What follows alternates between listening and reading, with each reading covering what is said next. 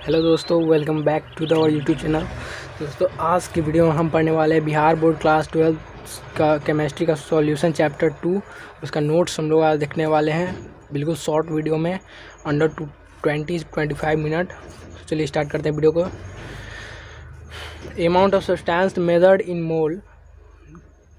Amount of substance को मोल में measure करने के लिए क्या करना होता है? मोल में मेज़र कर मोल वेट ऑफ सब्सटेंस बटा molar mass. Wait of substance बटा मोलर मास होता है वॉल्यूम ऑफ गैस। इतने देख लीजिए। मास परसेंटेज बिल्कुल शॉर्ट में देखेंगे। Formula see mass percentage mass of solute या solvent upon mass of solution into 100। Mass percentage में निकालने के लिए volume of solute upon volume of solvent, volume of solute upon volume of solution, या फिर volume of solvent upon volume of solution into 100 में into दोनों में हो रहा है मास परसेंटेज निकालने में। परसेंटेज निकालने के लिए 100 से इंटू करना पड़ता है, तो आप भी जानते ही हैं। The amount of substance measure in mole में वेट ऑफ सब्सटेंस बेटा मोलर मास। मोल बराबर वेट ऑफ सब्सटेंस बेटा मोलर मास होता है। अब आते हैं मास पे। मास बराबर बी अपॉन बी। इसका परसेंटेज निकालने में 100 से गुना हुआ है, तो जानते ही हैं आप लोग। Mass of solute upon volume of solution, या फिर mass of solvent upon volume of solution, इसका होगा फॉर्मूला। मास ऑन वॉल्यूम में mass of solute volume of solution. चलिए आगे बढ़ते हैं। Solution, it is a homogeneous mixture of two or more component. Solution homogeneous mixture two or more component का। Binary solution, it is a homogeneous mixture of two component. Binary solution two component का homogeneous mixture है। जैसे कि अभी हम दिखाते हैं to component. जैसे कोई कंपोनेंट लेते हैं, एक्स कंपोनेंट वाई कंपोनेंट, ये दो कंपोनेंट हुआ, इसका मिक्सचर कहलाएगा binary solution. And solution X Y Z A B, कुछ भी कंपोनेंट, सारा कंपोनेंट का सॉल्यूशन एक मिलकर बनेगा, इसको कहेंगे डायरेक्ट सॉल्यूशन, नॉर्मल सॉल्यूशन इसको कहेंगे। चलिए आगे बढ़ते हैं। तो अगला है पार्ट पीपीएम। पीपीएम क्या होता है? पार्ट पर million part. Volume of solution weight of mass of volume of solution होता है। थोड़ा सा कैमरा एडजस्ट कर लेते हैं, एक सेकेंड। तो नेक्स्ट देखते हैं mole fraction. Mole fraction X solute upon X solute या X solvent N solvent. X solvent बराबर N solvent upon N solute. X solute plus X solvent बराबर 1। X solute plus X solvent बराबर 1 इस formula है। And आते हैं total mole fraction बराबर 1। Example, mole fraction of ethanol is 0.05 mean 0.05 and mole of solution. Molarity number of mole of solute upon volume solution in litre. Molarity का formula है number of mole of solute upon volume of solution in litre. And the next पे आते हैं molarity के बाद। Molarity depend on temperature become solution depend on temperature. Molarity temperature पे depend करता है, इट इज़ नॉट इफेक्ट। और molality पे बात है। मोलैलिटी टेम्परेचर से जो है कि इसमें पूछा गया है PYQ में। It is not effect by temperature. Molality temperature defect नहीं होता। Number of mole of solute upon mass of solvent in kilogram. Molality का number of mole of solute upon mass of solvent in kilogram formula होता है। Molality mole fraction does not depend on temperature. Mole fraction temperature पर depend नहीं करता है। Does not effect on by temperature, temperature से effect नहीं होता है, इफेक्टेड। एंड यहाँ पे कुछ क्वेश्चन है जो कि आप करना चाहे तो कर लीजिएगा। हम अभी सिर्फ डिफिनेशन देखेंगे शॉर्ट में। Solubility, the maximum amount of substance that can dissolve in a specific amount to given temperature। ये इसका नोट्स है।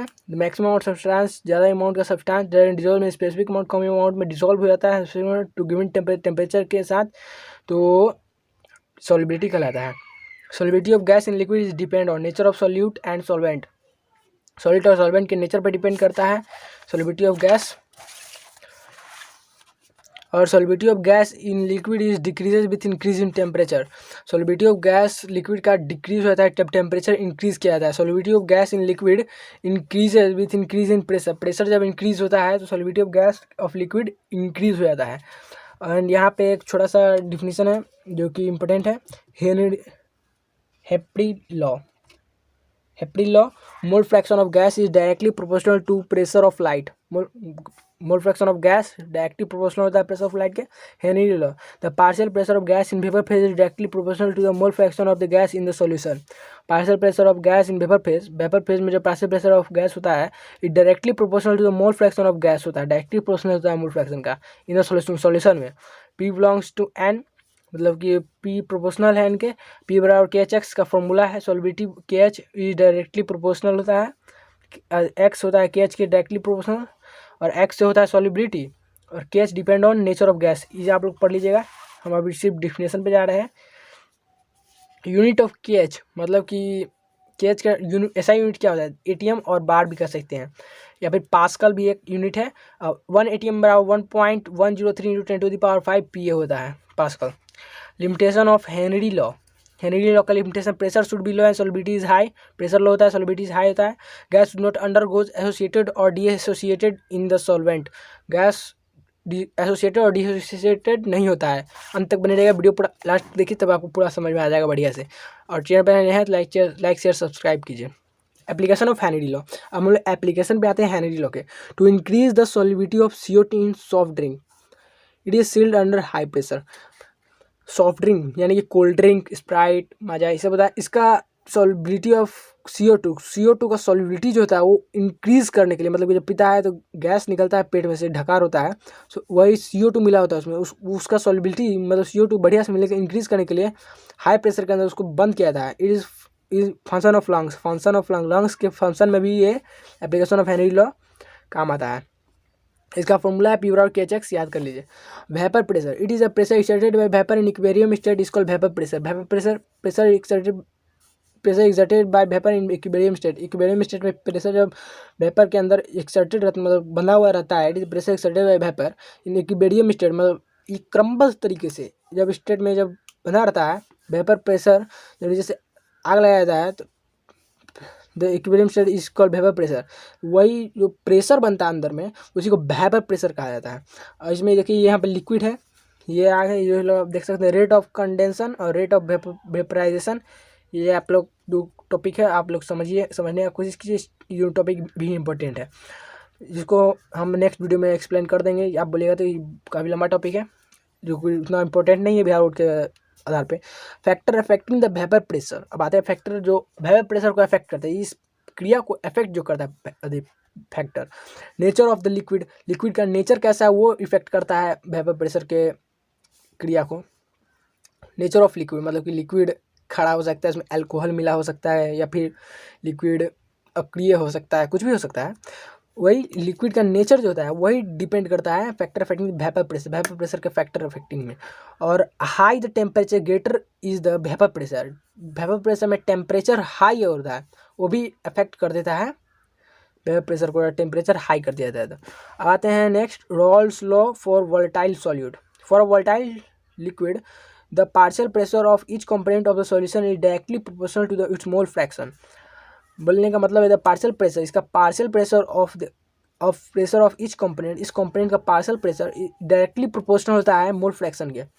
इस रॉल्स लॉ में द वोलेटाइल लिक्विड, एक लिक्विड होता है volatile liquid, the partial pressure of each component, इसका partial pressure पूरे कंपोनेंट का is directly proportional to the mole fraction के डायरेक्टली प्रोपोर्शनल होता है। P A X A times to P A equal to P not A X A, इसका formula है Dalton law and pascal pressure. और ये P not A upon P X और partial pressure of pure A है। आते हैं अब next page पे, पी बराबर NRT फॉर्मूला है आइडियल गैस इक्वेशन, पी बराबर NRT अपॉन भी, ये भी फॉर्मूला है। P not A into 1 - XB plus P not B XB, P बराबर P not A plus XB into P not B minus B not A, ये formula है। P बराबर P not A plus XB into P not B minus B not A, ये important formula है, इसको याद कर लिए। पी बराबर P not A plus XB into P not B minus B not A, simple formula. और ये इसका फिगर है, समय पी ए बराबर वाई ए पी बी बराबर वाई बी पी, इतना important mole fraction of A, ये आप चेंज याद कीजिए, नहीं ये तो मत याद कीजिए, लेकिन इंपॉर्टेंट सारा है, लेकिन बोर्ड के कंट्रीब्यूशन इतना ज़्यादा इंपॉर्टेंट नहीं। अब ये देखिए भी आई है, when non volatile solute add to a liquid solvent, vapor pressure of solvent decreases due to non-volatile solute occupy the surface of liquid, so vapor pressure decreases than pure solvent.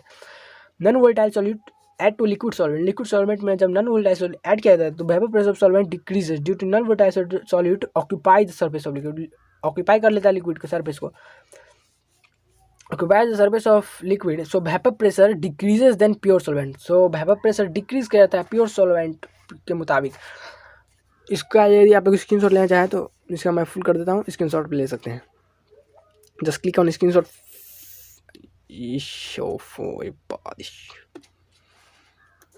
One second. चलिए अब लोग खड़ाक screenshot ले लीजिए, पढ़ते हैं. तो आते हैं नेक्स्ट टॉपिक पे. Role when boiling point of solution increases but freezing point of solution decreases. Boiling point of solution increase करता है तो freezing point of solution decrease हो जाता है. Raoult's law for non volatile solid. ये था note में था, इसी का नोट है. अब नॉन वोलेटाइल सॉलिड के लिए रॉल्स पढ़ेंगे, अभी वोलेटाइल सॉलिड के लिए पढ़ रहे थे.